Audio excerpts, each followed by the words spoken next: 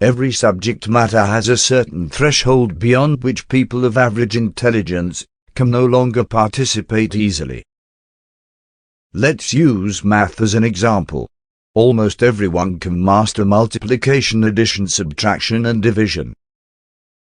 Simple algebra isn't a problem for most people, neither is geometry or trigonometry. However, things start to get dicey at around calculus. Calculus is when the university lecture hall starts becoming more Asian and less female. If you make it past integrals into advanced mathematics, only the really hard corners remain and only a handful of women.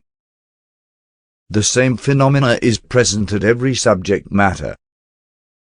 Science starts with making baking soda vinegar volcanoes in kindergarten and ends with extracting mouse brains.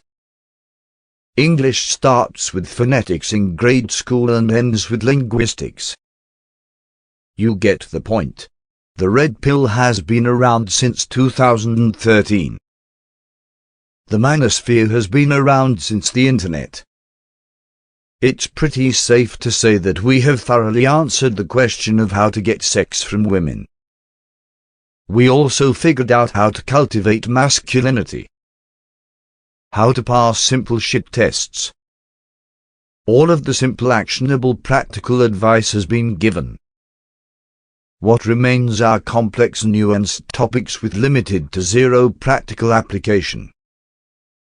Topics that have room for exploration include relationship negotiation strategies, how cognitive filters, aka the matrix, is created and maintained, cultural differences in game, how virtual constructs influence sexual behavior.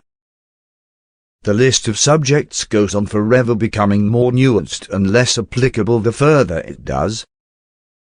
The problem is that the person of average intelligence is a pragmatist.